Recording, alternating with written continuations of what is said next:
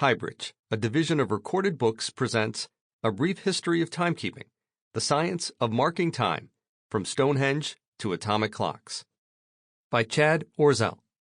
Read by Mike Lenz. Publisher's note: in this audio edition you will hear references to visual elements present in the print and ebook formats of the book. Introduction. A clock is a thing that ticks.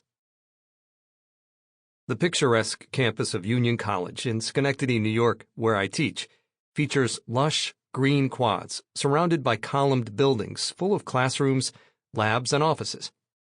Like most college campuses, it's also full of clocks. There's the tower clock in Memorial Chapel, whose chimes regularly ring out to mark the hours, and showcase the talents of the student musicians, who occasionally take over to play tunes on the chimes. A large decorative clock, a gift of the class of 1997, stands in front of the Reamer Campus Center, where it serves as a landmark for meeting people. Almost every classroom sports an analog clock on the wall for students and faculty to track the progress of class hours. Too fast for the faculty, too slow for the students. And, of course, there are innumerable unseen clocks, embedded in every computer, worn as wristwatches, carried in smartphones. Even beyond the physical presence of clocks, the tracking of time is ubiquitous on campus. Classes are scheduled down to the minute, start at 9:15 a.m., end at 10:20 a.m., start again at 10:30 a.m. in a different room, and meetings and appointments fill the day. Student work is often timed, 10 minutes allotted for an in-class presentation, an hour to complete an exam, and athletic feats are recorded down to fractions of a second. On a slower scale, the academic year progresses through a stately cycle of marked dates: the opening convocation, the start and end of the academic term, the annual Steinmetz Symposium celebrating student research. Every day brings students and faculty closer to the commencement ceremony that ends the year and sends a new class of graduates off into the world. All of this tracking and measuring of time is generally regarded as too routine to be commented upon. What's too often overlooked in the process of keeping on schedule and fretting about being overscheduled is the depth of history and rich variety of science underlying all this activity. We tend to think of our preoccupation with time as a modern phenomenon, but in fact, the tracking of time has been a major concern in essentially every era and location that we find evidence of human activity. Every historical society we know of had its own ways of tracking the passage of time, some of them dizzyingly complicated. Some of the most ancient architectural monuments we know of are calendar markers. A Brief History of Timekeeping is a virtual journey through the science that grew up alongside centuries of human efforts to measure the passage of time. Starting with the oldest known solstice marking monuments, we will explore the astronomy of the solar system and the features that determine the sun's path across the sky. Efforts to better understand the motion of the sun and planets led to the development of Newtonian physics, and we'll see how this enables the technology to build mechanical clocks. And we'll discuss revolutionary developments in the physics of electromagnetism and quantum mechanics that eventually led to the replacement of standards of timekeeping based on the motion of physical objects, like the pendulum of a mechanical clock, by modern atomic clocks that count the oscillations of light. The history of timekeeping is not only a story of abstract science and technology. It also includes intriguing elements of politics and philosophy. We'll look at the social aspects of calendar systems, like the intricate mix of cycles in the Mayan calendar at their peak around 500 CE, the theological considerations that led Europe to adopt the Gregorian calendar nearly 1,000 years later, and the political negotiations that produced our modern system of time zones.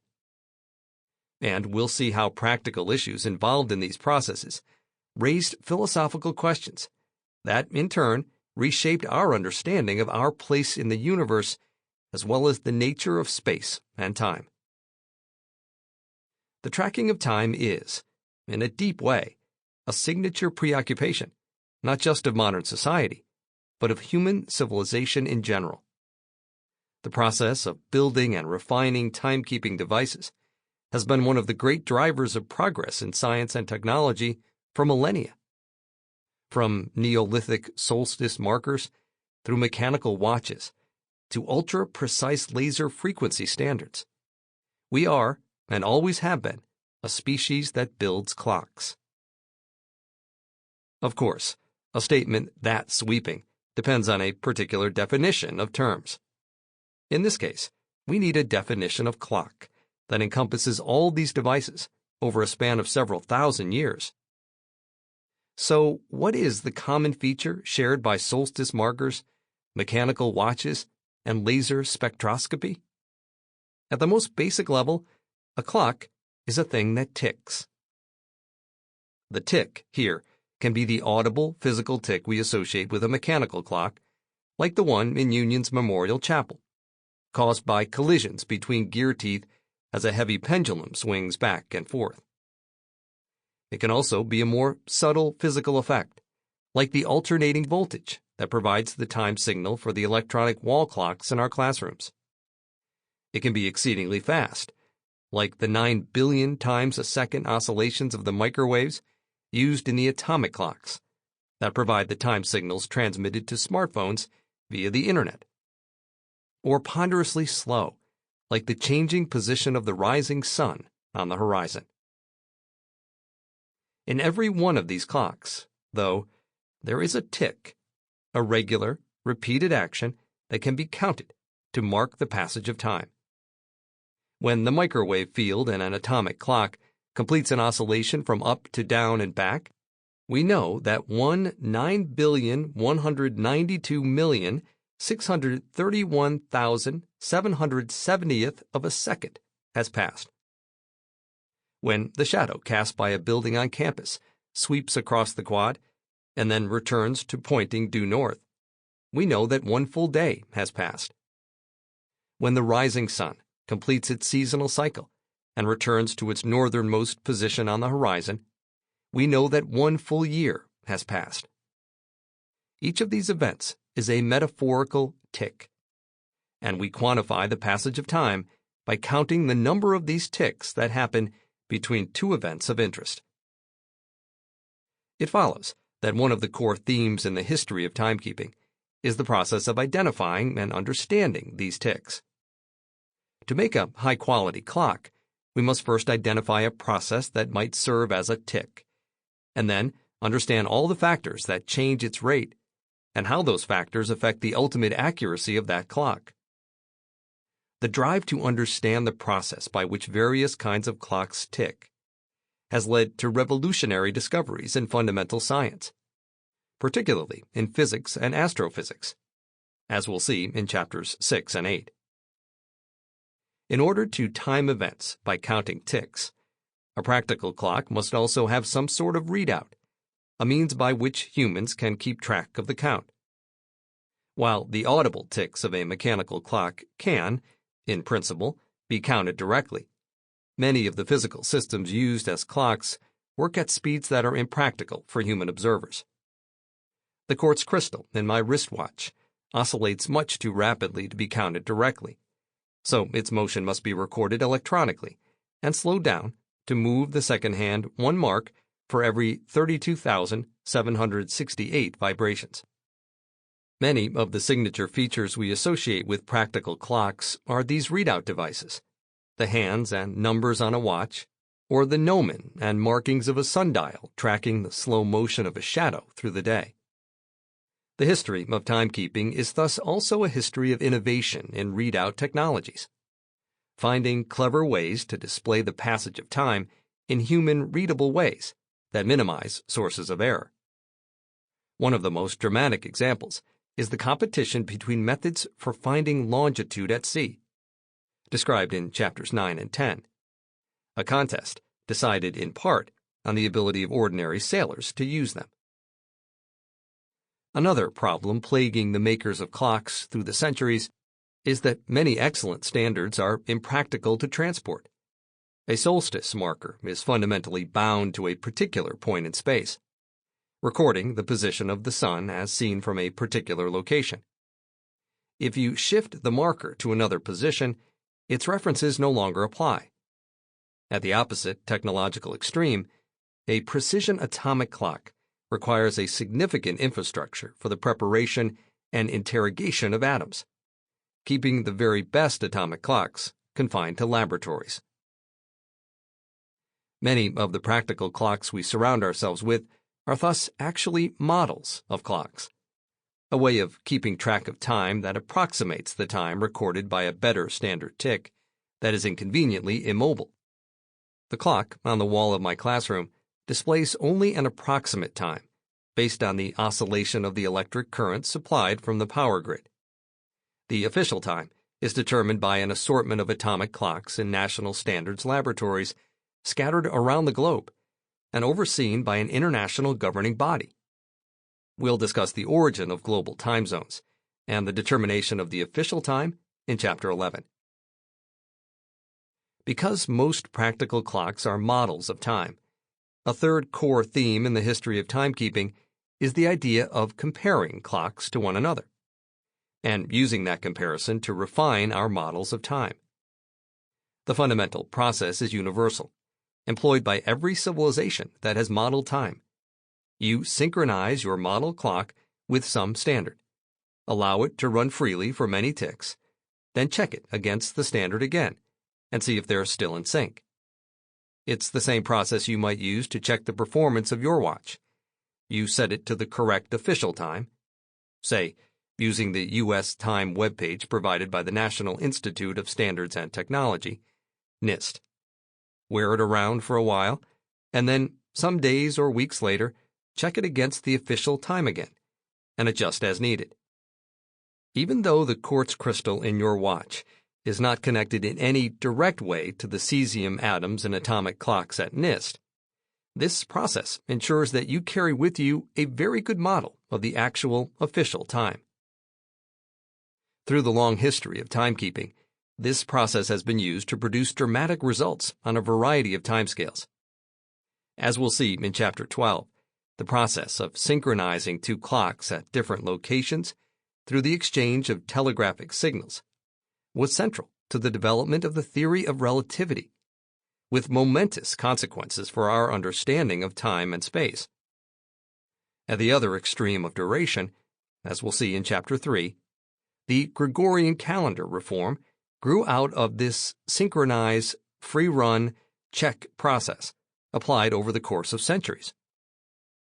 The Gregorian calendar is also an important illustration of a fourth theme: the way the sheer depth of the history of timekeeping enables incredible precision, even with crude tools. Thanks to calendar records spanning thousands of years, from Roman times through the medieval period and into the Renaissance, astronomers could detect a difference between their model of time and the cycle of seasons that amounts to just 11 minutes per year. Following the synchronized phase of calendar reform in 8 CE, the Julian calendar ran freely for more than 1,500 years before its final check, which led to the introduction of our modern calendar by Pope Gregory XIII in 1582.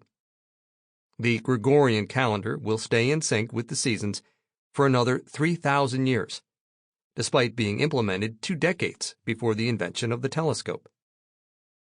You don't need atomic clocks with nanosecond precision to make highly accurate measurements of time, provided you can wait long enough. Pulling all these elements together, we can see the history of timekeeping as a progression through a long series of standard ticks and tools to model them. As our knowledge of science has advanced, we have found new ways to measure more subtle effects, allowing a move to better standards through a kind of bootstrapping process. A new candidate tick is first verified against the best version of the current standard. And then, as the processes behind the new standard become better understood, it eventually surpasses the precision of the current standard and then supplants it. This is nicely encapsulated in the changes in the official definition of time through the 20th century. When what became the modern International System of Units, SI, was introduced in the 1870s. 1 second was defined as 1/86,400th of a solar day. This was an adequate definition for clocks at that time, but the rotation rate of the Earth changes over time. A solar day in 2019 is nearly 2 milliseconds longer than a day in 1870. As state-of-the-art pendulum clocks and quartz crystal oscillators were developed in the early 1900s, their precision advanced to the point where the intrinsic uncertainty of these model clocks was smaller than the ambiguity introduced by the definition of a day. Removing this ambiguity required a change in the definition of time. In 1960, the definition of a second was officially changed to the fraction 1 over 31,556,925.9747 of the tropical year for 1900 January 0 at 12 hours ephemeris time, tying the second to the well-understood motion of the Earth about the Sun. Of course, it's impossible to keep a copy of the tropical year 1900 around for reference, so physicists looked for a more convenient and universal standard. They eventually found one, thanks to the quantum nature of atoms and light. The frequencies of light absorbed and emitted by atoms are uniquely determined by the laws of quantum physics, and every atom of a given element is identical to every other, making atoms a convenient and somewhat portable, more so than the year 1900 at least, standard for timekeeping. With the completion of quantum theory and the development of high-precision microwave spectroscopy, which we will discuss in Chapter 13, it became possible to decouple the definition of time from the slowly changing motion of the Earth. In 1967, the definition of the second was changed to the duration of 9,192,631,770 periods of the radiation corresponding to the transition between the two hyperfine levels of the ground state of the cesium-133 atom. This has remained the official definition, the tick that we count to track what time it is, and the best atomic clocks today would need to run continuously for 1 billion years or more before they would gain or lose a single second. The cesium standard is not necessarily the final definition, though, as physicists and engineers have continued to experiment with newer and better types of clocks. There are experimental clocks under development in standards laboratories tens or hundreds of times more accurate than the best possible cesium standards. A clear favorite has yet to emerge, but not too many years in the future, we may see yet another redefinition of time, moving away from cesium to an entirely different element. We'll discuss these next-generation atomic clocks in Chapter 16. There's one final essential theme that runs through the history of timekeeping. Tracking time is not just about the past, or even what time it is right now. The science and technology of timekeeping are also bound up with projecting time forward. Timekeeping helps impose order and predictability onto an otherwise capricious and confusing universe.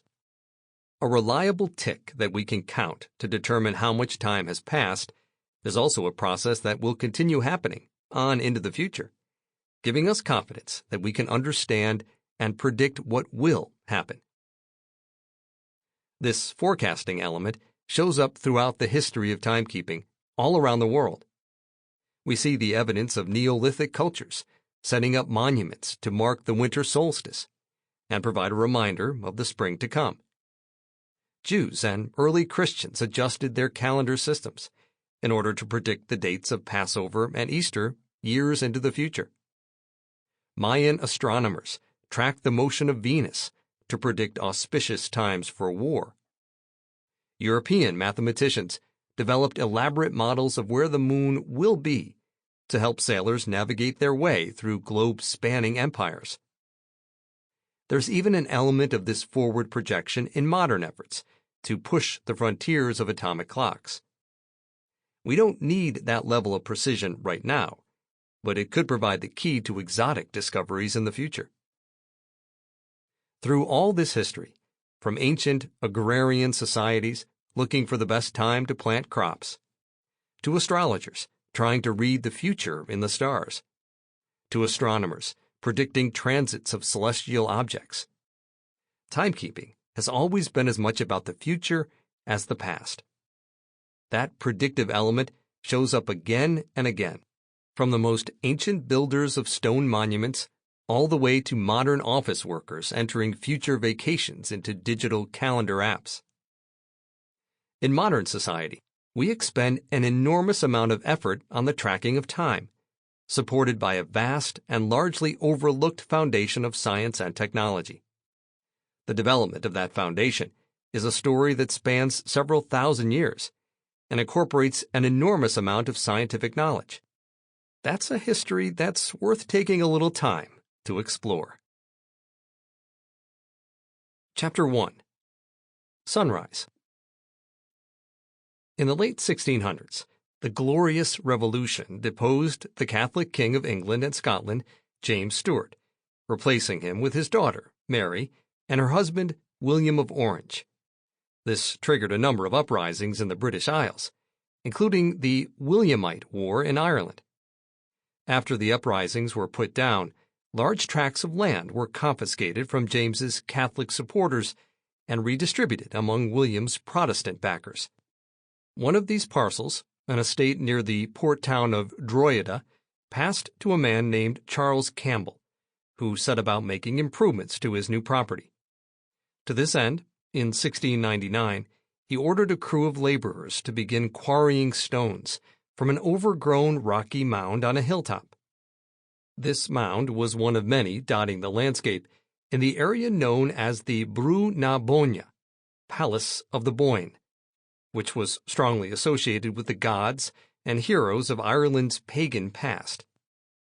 Not far into their quarrying work, Campbell's crew uncovered a broad, flat stone, rudely carved and placed edgewise at the bottom of the mound, blocking the entrance to an artificial passage fashioned from enormous stones standing on end. This discovery brought the quarrying to a halt and attracted the attention of Edward Lloyd, the keeper of the Ashmolean Museum at Oxford, who happened to be traveling through the area. Lloyd described his visit to the cave in a letter to the Royal Society, which is the first published description of the passage tomb now known as Newgrange, and the source of the quoted description earlier. Over the next couple of centuries, antiquarians and treasure hunters made occasional visits to Newgrange in the haphazard manner of the times, thoroughly muddling the archaeological record and producing several confused and mildly contradictory accounts of the tomb and its contents. The large-scale structure of the mound was largely undisturbed, though, until a massive excavation was undertaken in the 1960s by Irish archaeologist Professor Michael O'Kelly, who carefully removed the tons of earth and rock covering the passage and central vault, and in the process made a remarkable discovery about the purpose of the structure. While excavating the entrance, O'Kelly discovered the roof box, two parallel slabs of rock placed horizontally just above the entrance to the passage. The gap between these slabs was closed by blocks of white quartz. Marks on the stones suggested these had been removed and replaced repeatedly. A local tradition related to the O'Kelly team during the excavation held that, at some unspecified time, the rising sun used to light up a carved stone at the very back of the tomb. On the basis of this legend, and the site orientation surveys done during the course of the excavation, members of the team entered the central chamber in the pre-dawn hours of December 21st, 1969, and recorded a remarkable phenomenon. At exactly 8.54 hours GMT, the top edge of the ball of the sun appeared above the local horizon, and at 8.58 hours, the first pencil of direct sunlight shone through the roof box and along the passage to reach across the tomb chamber floor as far as the front edge of the basin stone in the end recess. As the thin line of light widened to a 17-centimeter band and swung across the chamber floor, the tomb was dramatically illuminated, and various details of the side and end recesses could be clearly seen in the light reflected from the floor. At 9.09 hours, the 17-centimeter band of light began to narrow again, and at exactly 9.15 hours, the direct beam was cut off from the tomb. For 17 minutes, therefore, at sunrise, on the shortest day of the year, direct sunlight can enter Newgrange, not through the doorway, but through the specially contrived slit that lies under the roof box at the outer end of the passage roof. To everything there is a season. Turn, turn, turn. We don't necessarily think about a solstice marker like Newgrange as a clock, because of its monumental scale and the fact that the associated tick is so slow, occurring just once per year. This is not a device that will help you determine how much longer you have to endure a tedious lecture or wait for the arrival of a dinner companion. It unquestionably fits the broad definition spelled out in the introduction, though. The appearance of sunlight in the central chamber provides a clear readout for a physical cycle that repeats at regular intervals and can be counted to track the passage of time. The physical process that provides the tick for a solstice marker like Newgrange is the motion of the sun through the seasons of the year.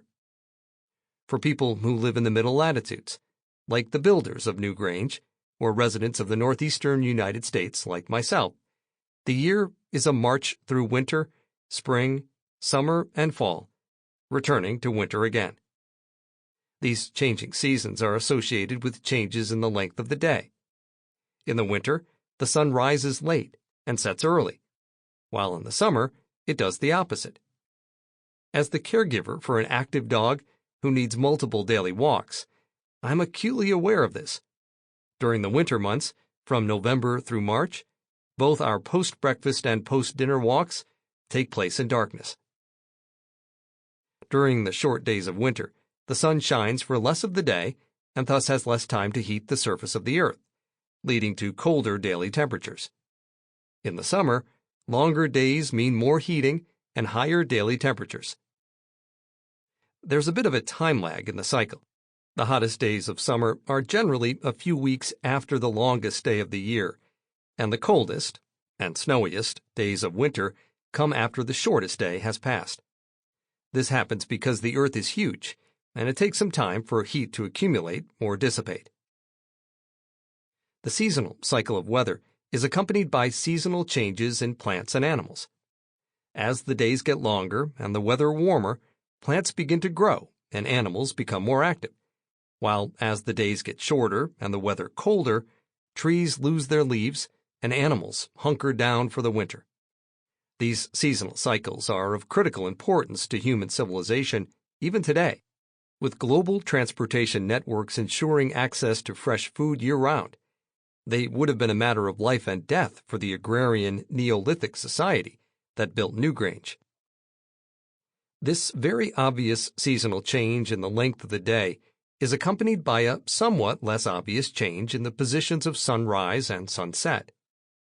While we learn as children that the sun rises in the east and sets in the west, this is strictly true for only 2 days of the year. Only on the equinoxes, in late March and late September, does the sun rise due east and set due west. The March equinox is often called the vernal equinox, and the September one the autumnal equinox, reflecting the seasons in which they occur in Europe. I'll stick with the month names here, though, out of respect for the feelings of those in the southern hemisphere. During the short days of winter, the sun rises south of east and sets south of west, while the long days of summer see the sun rise north of east and set north of west. In the mid-latitudes of the northern hemisphere, anyway, where both Newgrange and my home are located, In the mid-latitudes, Sample complete. Ready to continue?